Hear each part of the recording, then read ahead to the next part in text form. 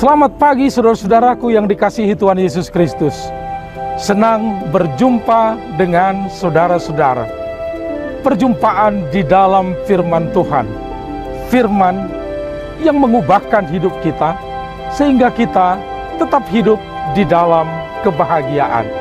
Saudara-saudara, tentu banyak pergumulan, suka dan duka kita lewati selama kita menjalani di dalam kuasa Tuhan. Kita tidak luput dari kebahagiaan pun di dalam duka cita. Saudara-saudaraku, inilah firman Tuhan yang akan kita dengarkan pada hari ini. Shalom, jemaat Tuhan dimanapun berada. Sebelum kita mendengarkan firman Tuhan renungan hari ini, marilah kita berdoa. Kita berdoa. Damai sejahtera Allah yang melampaui segala akal, itulah kiranya yang memelihara hati dan pikiran saudara-saudari di dalam Kristus Yesus Tuhan kita. Amin. Saudara yang terkasih, firman Tuhan yang menjadi renungan hari ini terambil dari Injil Yohanes pasalnya yang ketiga, ayat yang ke-30. Inilah firman Tuhan. Ia harus makin besar, tetapi aku harus makin kecil. Demikian firman Tuhan.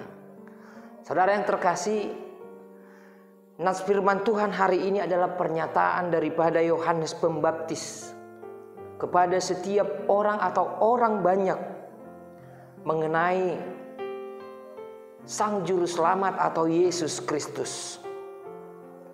Bahwa Yesus akan semakin besar dan dia sendiri atau Yohanes akan semakin kecil. Sebab Yesuslah Mesias dan Yohanes Pembaptis adalah diutus mendahulunya untuk memberikan kesaksian tentang Sang Mesias. Jika kita baca di ayat 28. Kepada orang-orang Farisi dan kepada orang-orang Saduki, Yohanes menyaksikan bahwa dia membaptis dengan air, tanda pertobatan. Dan Yesus membaptis dengan Roh Kudus, dengan api. Dalam Injil Matius pasal yang ketiga ayat yang ke-11. Jelas bahwa misi daripada Yohanes Pembaptis adalah untuk mempersiapkan supaya semakin banyak orang mengikut dan supaya semakin banyak orang untuk meninggikan Sang Juru Selamat atau Mesias yang kita sebut Yesus Kristus. Yohanes Pembaptis berkhotbah untuk mendorong orang-orang supaya mau percaya dan supaya mau mengikut Sang Mesias. Sesudah lebih banyak orang mengikuti Yesus daripada mengikut Yohanes, dia merasa puas dan dia merasa senang.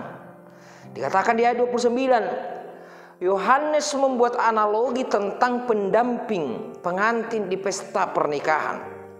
Pria yang menjadi pendamping merasa gembira bila perhatian semua undangan terpusat kepada pengantin pria dan pengantin wanita, di mana yang membuat kedua pengantin merasa berbahagia. Artinya saudara yang terkasih, Yohanes telah melaksanakan misinya.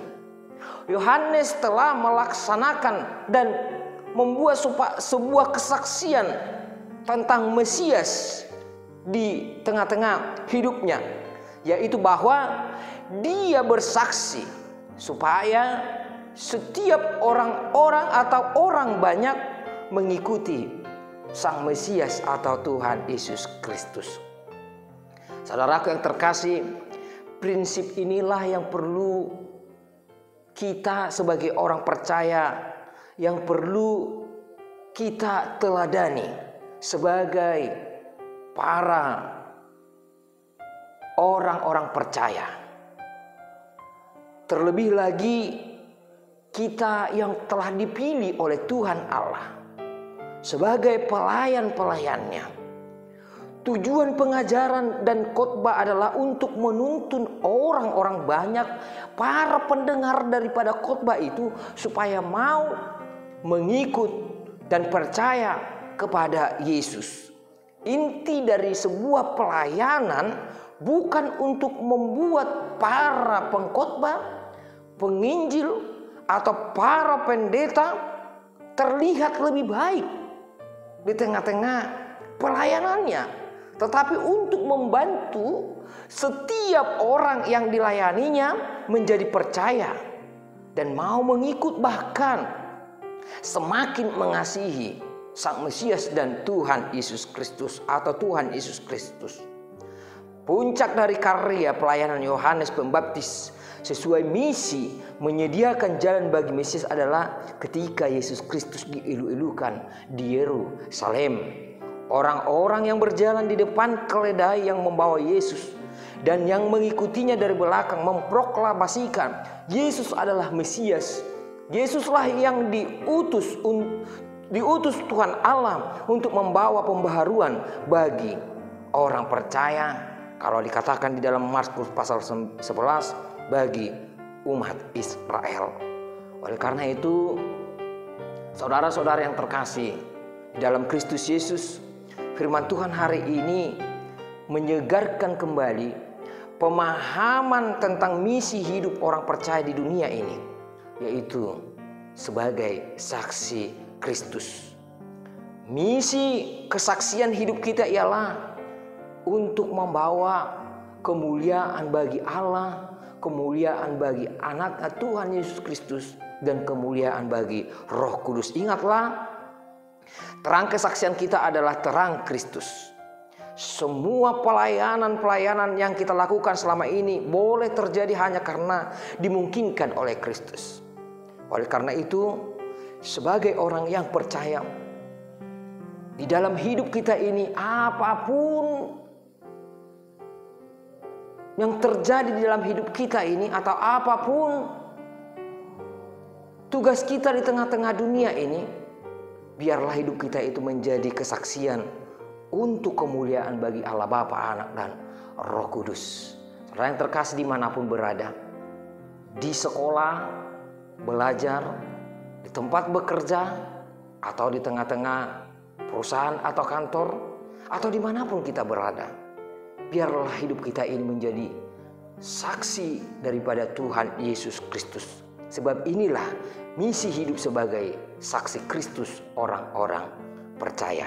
Jadilah saksi Kristus untuk kemuliaan bagi namanya. Tuhan Yesus memberkati. Amin. Kita berdoa. Terima kasih Tuhan buat kasih setia Tuhan yang kami rasakan, yang selalu membimbing dan melawat hidup kami. Pada hari ini Tuhan, firman-Mu melawat kami dan mengingatkan kami kembali sebagai orang-orang percaya, yaitu harus memiliki misi di tengah-tengah hidup ini. Dan misi kami sebagai orang Kristen adalah menjadi saksi-Mu di tengah-tengah hidup ini dan membawa kemuliaan bagi nama-Mu. Mampukan kami, tuntun kami sebagai orang percaya, mampu bersaksi atas Engkau dimanapun kami berada, sehingga nama-Mu dipermuliakan di dalam hidup kami. Dalam satu hari ini kami serahkan semua apapun yang kami lakukan ke tangan pengasihan Tuhan. Lawat kami, bimbing kami sehingga kami dalam sukacita apapun aktivitas kami di dalam naungan kasih Tuhan. Termuliakanlah nama-Mu kekal sampai selama-lamanya. Terima doa kami di dalam nama anak-Mu Tuhan Yesus Kristus kami berdoa dan mengucap syukur. Amin.